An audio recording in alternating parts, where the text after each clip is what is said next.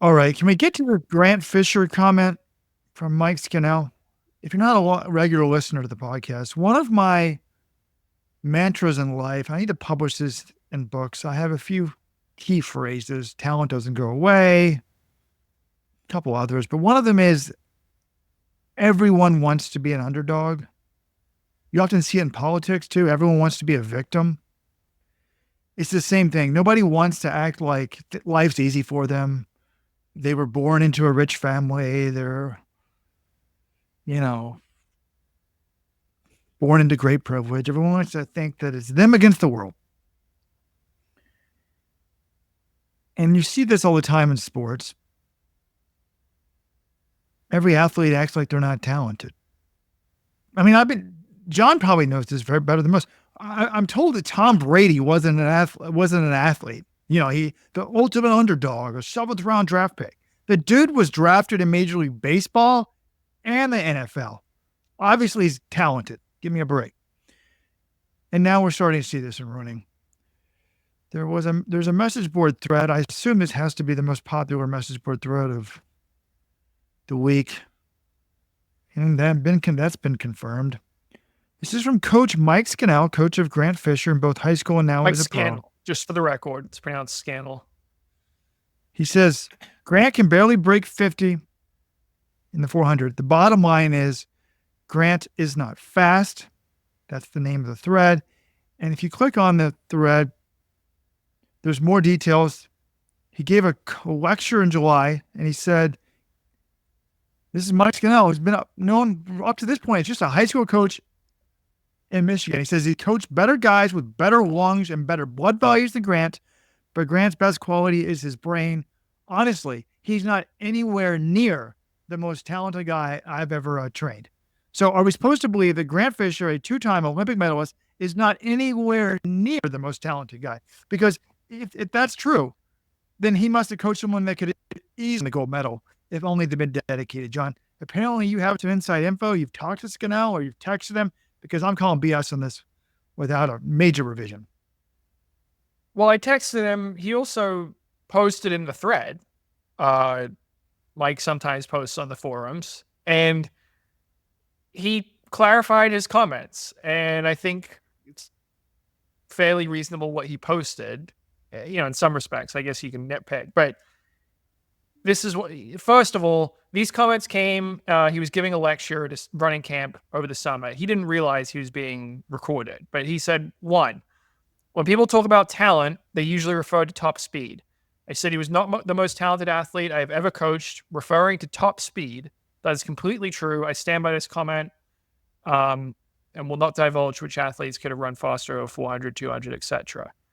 The two, he said, his number one talent is his mind. He said that very clearly when he came on the Let's Run podcast in August, right after the Olympics. He's always made that quite clear. Even back to when Grant was a high schooler, he's always praised how mentally strong he is. And then the third point he made, I was unaware this session was being recorded. While I really don't care much, it's probably best to listen to the theme of the session rather than picking out a sentence or two and making an assumption. The theme was to get high school kids to train their lungs rather than their top speed in practice. I stand by that suggestion. So I appreciate this because you can have like some nuance about this discussion. I think he's exaggerating a little by saying he's not talented, or maybe, I guess the thing he's saying is he's not talented in one specific aspect of running, which is that he doesn't have the best top speed among, the distance runners he's coached. I would say he's still quite talented in that area.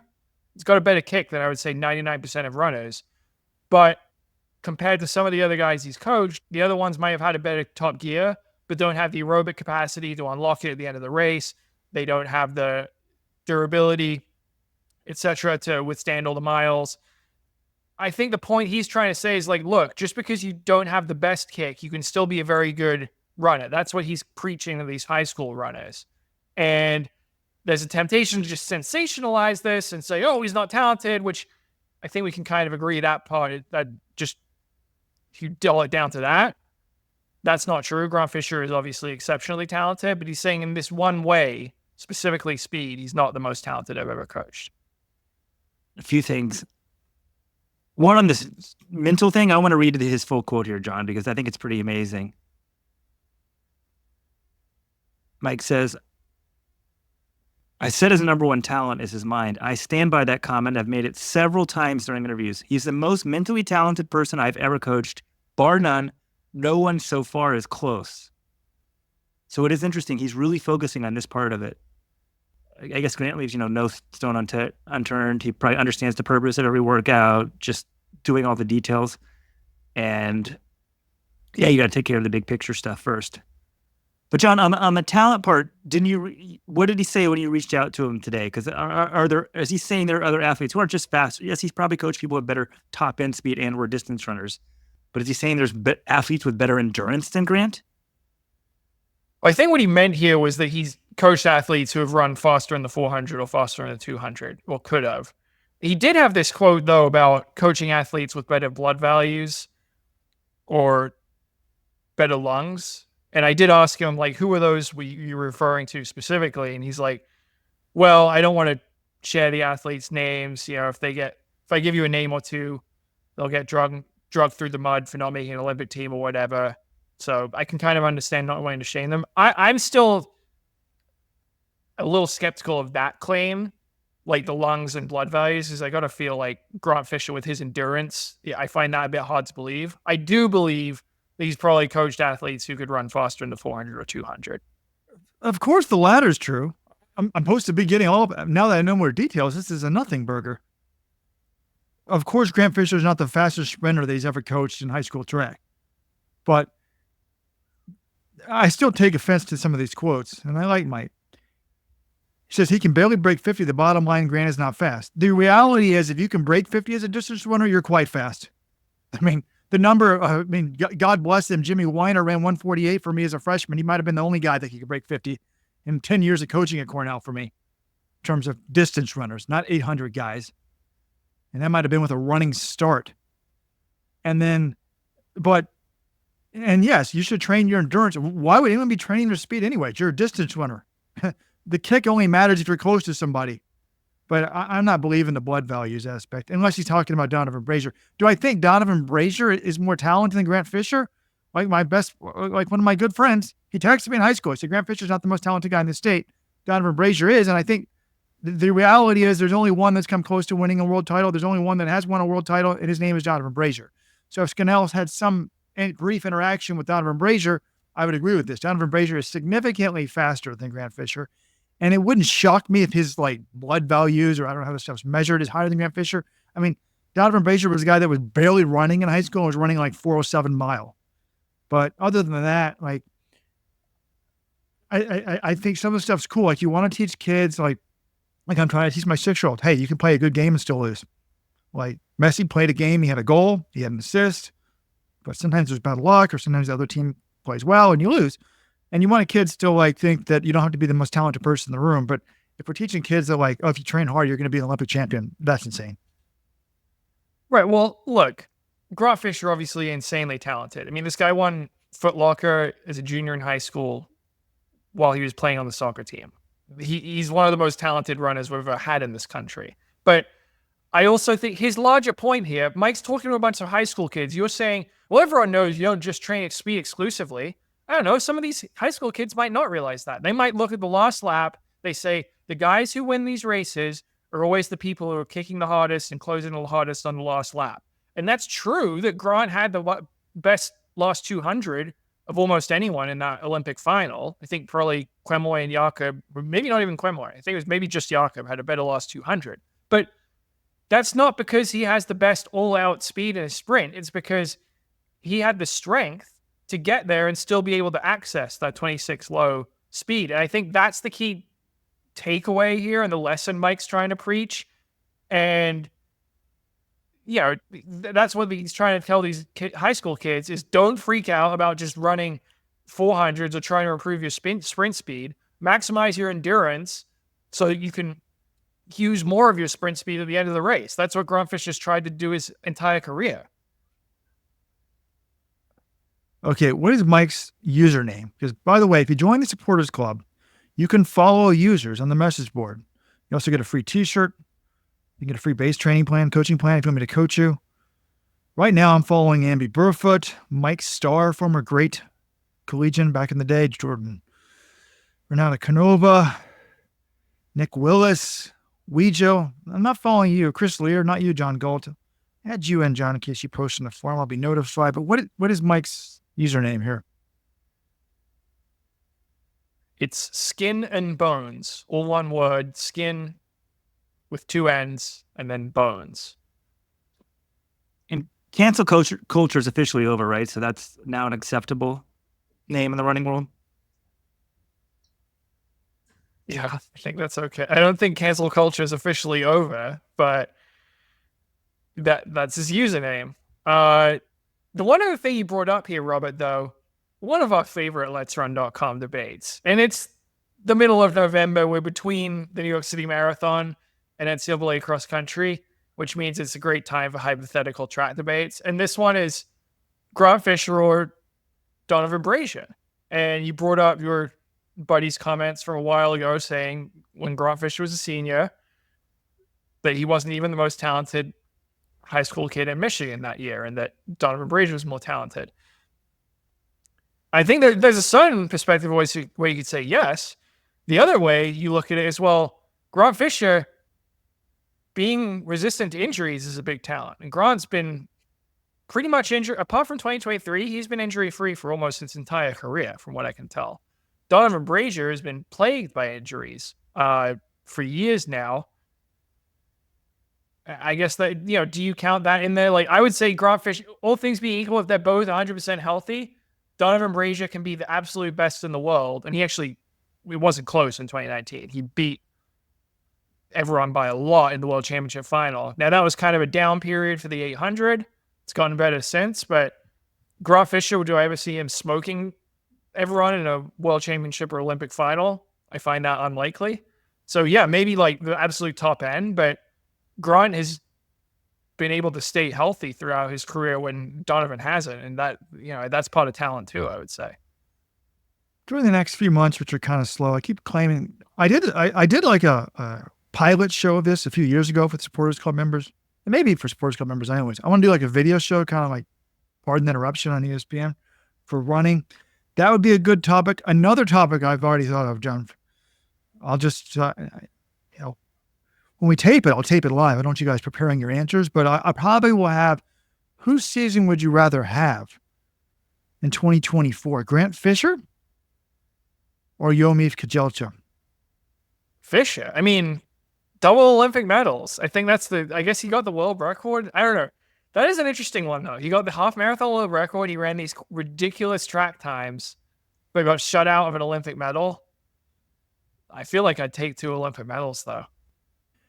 Yeah, commercially, Olympic medals. I mean, you got to have the medals, right? It's cool to say you were the world record holder in the half marathon, super shoe era. It kind of gets diminished.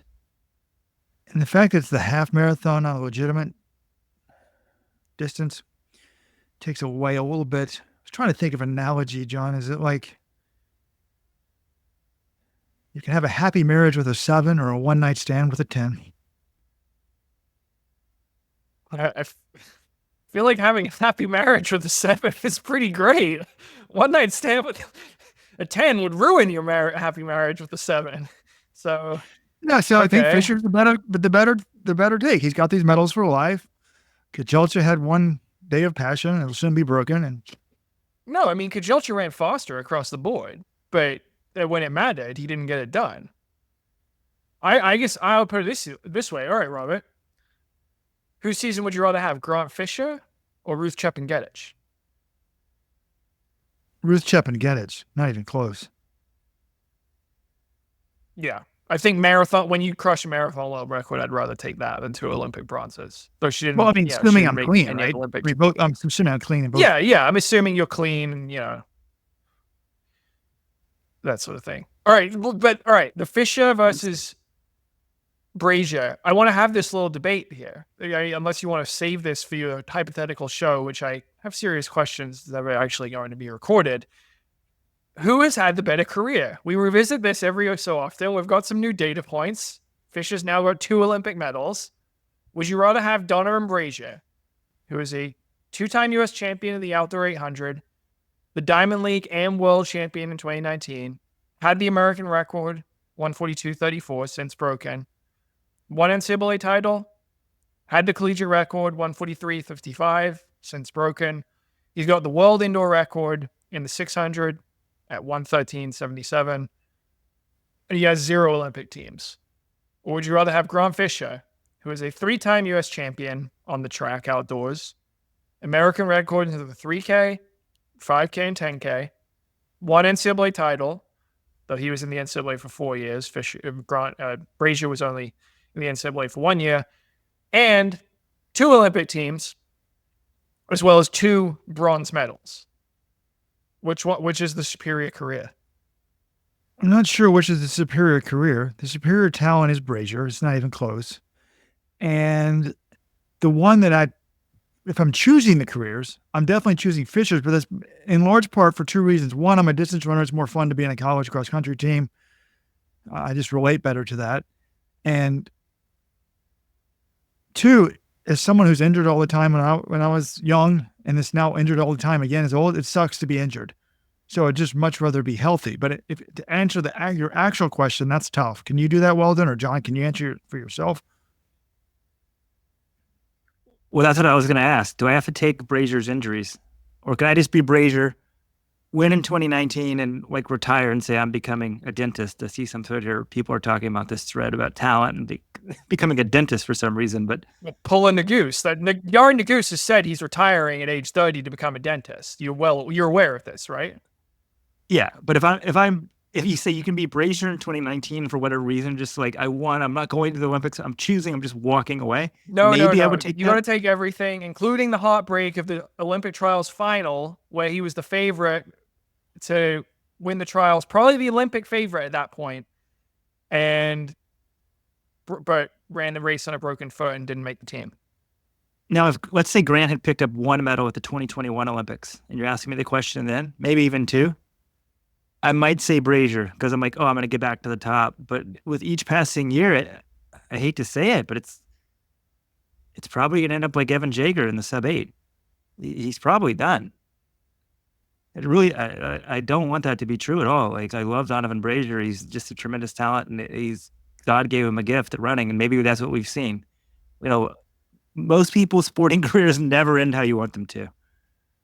But man, I mean, it's been 5 years. Yeah, I'm trying to. If the never making an Olympic team, that's such a wrinkle here with Brazier. Like, if he had made an Olympic team and was the world champion, I think I would still take that over to what Fisher's done, the 2 Olympic bronze medals. But yeah, having to go through just the misery of the last few years, not being able to race. I mean, the guy has not raced since the 2022 World Championships in Eugene. It's been over 2 years at this point. Just having to deal with that, whereas Grant Fisher, looks like he's going to be going for another Olympic cycle. He'll probably have a road career, barring something catastrophic. Yeah, in a couple of years, I do think you would just go with Brazier and you take that. For what they've accomplished to this point, I mean, the world champion, that's just he has the championship record of the world championships in the 800. It was such a dominant, iconic performance. I might still give him the edge just because he, for a period of time, he was the best in the world in his event. Grant Fisher's never been the best in the world in his event. He's been close.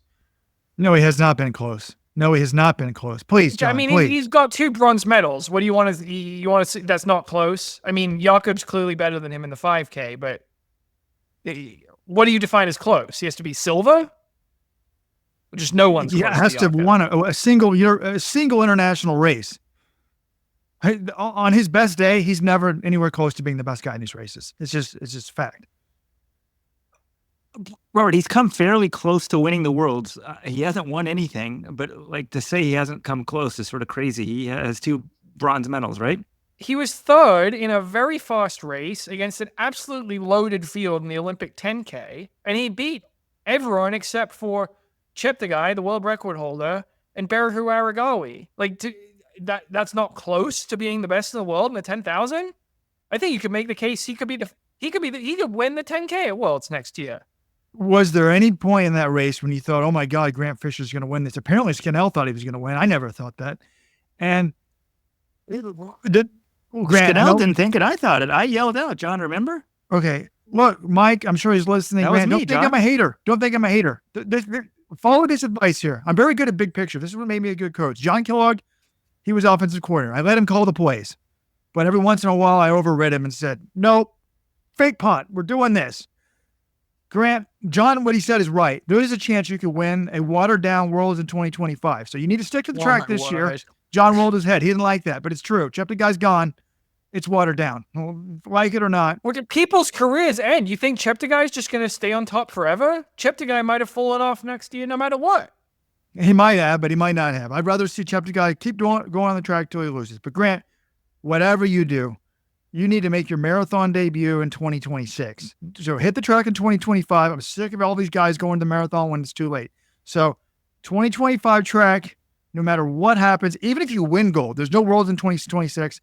Unless Grand Slam, hell, even if Grand Slam track's paying you $150,000 a race, it's not worth it. Go to New York for $300,000 or $400,000 a race. Don't go to New York, actually. I want a fast time. So go to Valencia, go to Chicago, get the half marathon record. But track next year, yeah, okay. Everyone thinks I'm wrong and I'm an idiot. Go ahead and win it. Prove me wrong. I'll be happy to reprint the Fisher shirts. I haven't printed yet. And then please move to the marathon in 2026. Wait, are you saying he should move to the marathon permanently in 2026? To be determined. All right, this is silly. First of all, it'll be fun to see him run a marathon in 2026. And if him and Mike decide that's part of the plan, then as part of their track career, go for it. I'd love to see it. But Robert, this is a guy who could legitimately win the world title or the Olympic title in the 10,000 meters and maybe the 5,000 if Kejelcha, gets injured or something like that. He's got a cycle leading up to a home Olympics in 2028. That's the event he should be focusing on, is the 5K and 10K. He's already very close to the best in the world. And you move up to the marathon, he's never going to get the world record in the marathon. You might have a shot in the Olympics if it's a slower race or whatever, but why would he abandon an event where he could be the very best in the world, to do something no American's done since Billy Mills, to go up to the marathon where he'd be trying to be, where making it into the top 10 in the world would be a humongous achievement? I don't get the sense for that. Well, I guess you guys are agreeing with me then. I've always said genetically, Western runners are the worst at the marathons. I'm actually contradicting myself by telling him to move to the marathon. I just want to see him run one marathon in his prime, 2026. There's no track. Do what you want there. Now, historically, we have not seen a lot of people do well, dominate. Now, the financial incentives was different back in the day, but Haile Gebrselassie was done on the track at what age? Same thing with Bekele. Probably younger than the age Fisher is now, definitely. Now, Mo Farah, admittedly, he had a coach that was banned for doping, was great into his mid to late 30s, right? Certainly to his mid-30s. Mid-30s on the track. I mean, yeah, aging kind of hits different runners differently, you could say. But, Grant will be 31 by the next Olympics. I think we've seen... I think he could still be one of the very best in the world at 31. Woody Kincaid is what, 31 now? I think he might be older than that, actually. I mean, Joshua Cheptegei is 220 days older than Grant Fisher. So, anyway, don't abandon the marathon. Don't go to the marathon, Grant, unless you think that's part of the bigger goal of becoming a global champion on the track, because that's where you can be the best in the world. You're the guy that told Cheptegei to move to the marathon yourself, so that doesn't make any sense. Joshua should stay in the damn track. Joshua, stay in the track now. While you're on top, do not run the marathon. Don't do it. What? Wait a second. When you've won literally everything there is to win, and you've broken the world records, I think if you feel like that you've proven it all and you want to take on a new challenge, you can do that. I mean, any runner can run whatever events they want. But the idea that Cheptegei must stay on the track because Robert wants him to, because he's still the best. No, you can go feel free and try to conquer the marathon. If he wants to be like the greatest runner ever. So part of that is mastering the marathon. Robert can't get it out of his mind that Grant actually conceivably could win the gold medal. He's so consistent. He's close to these things. I think that's what Mike's getting at with this mental thing. For the record, Kejelcha won his last goals on the track at 27. That's Clarnet's age right now. But I want to turn this back to the mental side. We need to have a whole podcast on the mental side of running. I claim the mental side made me good at running. Robert laughed. There's a book out there. I'll put a link in the show notes. Running Within. I loved it. I think it's like maybe out of print or something. Put a link to it. Great on the mental side of running. But there's a couple interesting posts in this thread on the mental side, taking essentially the opposite view, of course, of what Mike's saying. Kickers usually win says, what does Grant's mind do actually? Can he override oxygen jet and bend steel with it? What is the conversion factor for Grant's mind? Maybe 1 second per lap? And I think that's what Robert's getting at. Robert is under this belief that there is at least one Kenyan and Ethiopian like superior to the Americans' ability and they'll always win.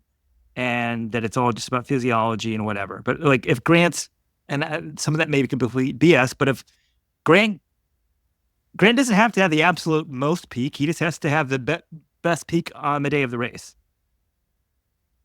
And then there's another view poster here claiming essentially that Grant's mind is hurting him. Take this look.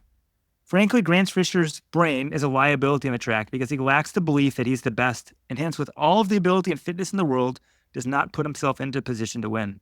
If he had Ingebrigtsen's mentality, he'd have challenged for multiple golds by now and probably won at least one. Thoughts? I think that's ridiculous. Like Grant's just not.